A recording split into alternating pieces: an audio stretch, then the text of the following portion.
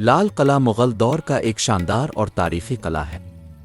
اس عظیم عمارت کی تعمیر بادشاہ شاہ جہاں نے 1638 میں شروع کروائی اور تقریباً 1648 میں مکمل ہوئی۔ جب شاہ جہاں نے اپنی سلطنت کا دارالحکومت آگرہ سے دہلی منتقل کرنے کا فیصلہ کیا تو اس نے شاہ جہان آباد کے نام سے ایک نیا شہر آباد کیا، جس کا مرکزی اور سب سے اہم مقام یہی لال قلعہ تھا۔ یہ قلعہ لال پتھر سے تعمیر کیا گیا، اسی وجہ سے اسے لال قلعہ کہا جاتا ہے۔ اس کی بلند و بالا فصیلیں، کشادہ صحن اور نفیس عمارتیں مغل فن تعمیر کی شان و شوکت اور حسن ذوق کی عکاسی کرتی ہیں۔ لال قلعہ اپنی عظمت، خوبصورتی اور تاریخی اہمیت کے باعث دنیا بھر کے سیاحوں کو اپنی طرف متوجہ کرتا ہے۔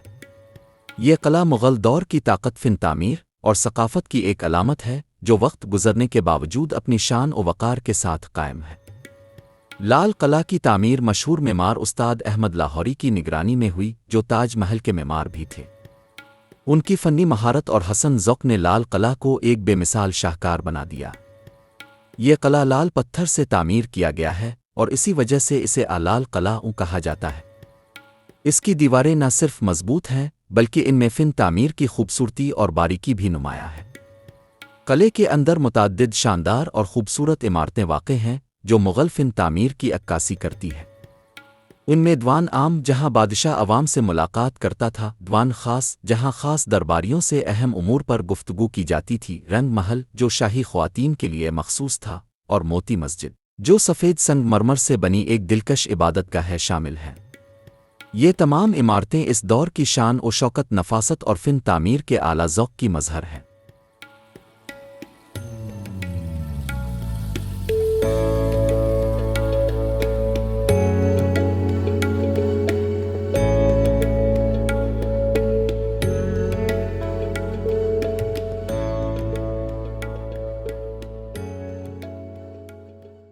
قلعے کے اندر متعدد شاندار اور خوبصورت عمارتیں واقع ہیں جو مغل فن تعمیر کی عکاسی کرتی ہے۔ ان میں دیوان عام، جہاں بادشاہ عوام سے ملاقات کرتا تھا، دیوان خاص، جہاں خاص درباریوں سے اہم امور پر گفتگو کی جاتی تھی، رنگ محل، جو شاہی خواتین کے لیے مخصوص تھا، اور موتی مسجد، جو سفید سنگ مرمر سے بنی ایک دلکش عبادت گاہ شامل ہے۔ یہ تمام عمارتیں اس دور کی شان و شوکت، نفاست اور فن تعمیر کے اعلیٰ ذوق کی مظہر ہیں۔ دیوان عام کا حال ستونوں پر قائم ہے اور اس کی چھت اور دیواروں پر نہایت خوبصورت نقاشی اور سنہری کام کیا گیا ہے۔ یہاں ایک بلند سنگ مرمر کا تخت بھی موجود تھا جسے تخت طاؤس کہا جاتا تھا، اور اسی پر بادشاہ بیٹھ کر دربار لگاتا تھا۔ دیوان عام کی دیواروں اور چھتوں پر فارسی میں لکھے اشعار بھی کندہ ہیں، جو مغل فن تعمیر کے حسن اور فنی نزاکت کی عکاسی کرتے ہیں۔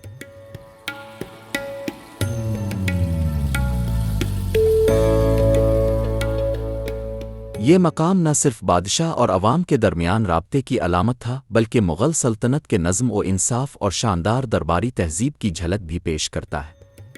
آج بھی دیوان عام اپنی عظمت، فن تعمیر اور تاریخی وقار کے باعث سیاحوں کی خاص توجہ کا مرکز ہے۔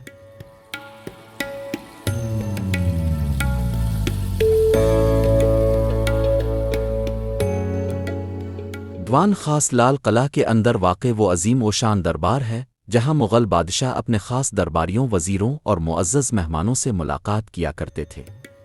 یہ وہ مقام تھا جہاں سلطنت کے اہم فیصلے کیے جاتے، سیاسی امور پر مشورے ہوتے اور شاہی تقریبات منعقد کی جاتی۔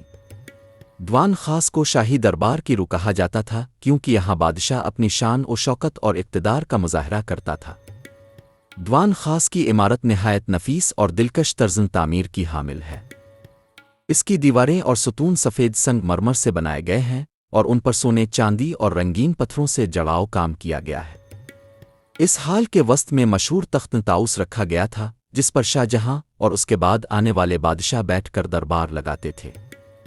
تخت طاؤس قیمتی جواہرات سے مزین تھا اور مغل سلطنت کی بے پناہ دولت و عظمت کی علامت سمجھا جاتا تھا۔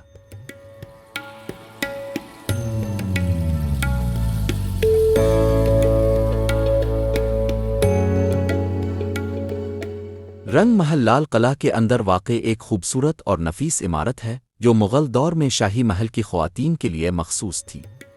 یہ محل بادشاہ کی محبوب بیویوں اور شاہی کنیزوں کی رہائش گاہ کے طور پر استعمال ہوتا تھا۔ رنگ محل کا مطلب ہے رنگوں کا محل، اور اس نام کی مناسبت اس کے اندرونی حصوں کی خوبصورتی اور رنگا رنگ سجاوٹ سے ظاہر ہوتی ہے۔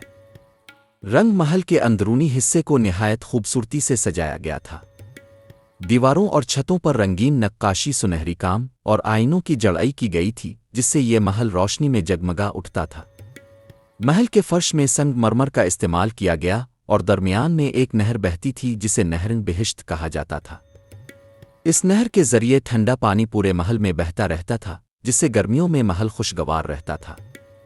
رنگ محل صرف ایک رہائشی مقام نہیں بلکہ مغل فن تعمیر اور آرائشی ذوق کی بہترین مثال بھی ہے۔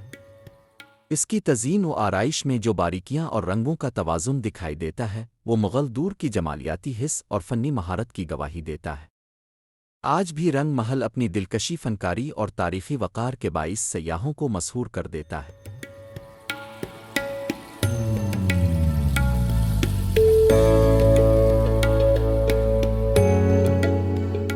موتی مسجد لال قلعہ کے اندر واقع ایک نہایت خوبصورت اور پرسکون مسجد ہے، جو مغل بادشاہ اورنگزیب عالمگیر نے اپنی ذاتی عبادت کے لیے تعمیر کروائی تھی۔ اس مسجد کو موتی مسجد اس کی سفید سنگ مرمر کی چمکدار دیواروں کی وجہ سے کہا جاتا ہے، جو دائیں روشنی میں موتی کی طرح دمکتی ہے۔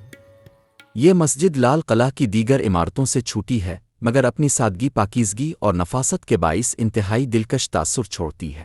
موتی مسجد کی تعمیر میں سفید سنگ مرمر کا استعمال کیا گیا ہے اور اس کا طرزِ تعمیر مغل فن تعمیر کی اعلیٰ مثال پیش کرتا ہے۔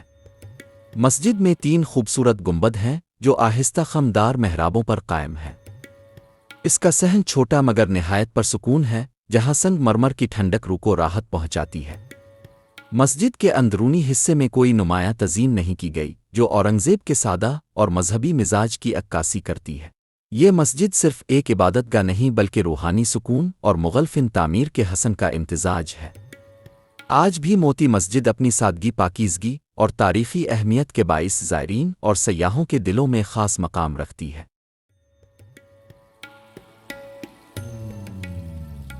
مغل دور میں قلعے کے اندر کئی باغیچے بنائے گئے تھے تاکہ شاہی خاندان کو راحت، سکون اور فطری حسن میسر ہو۔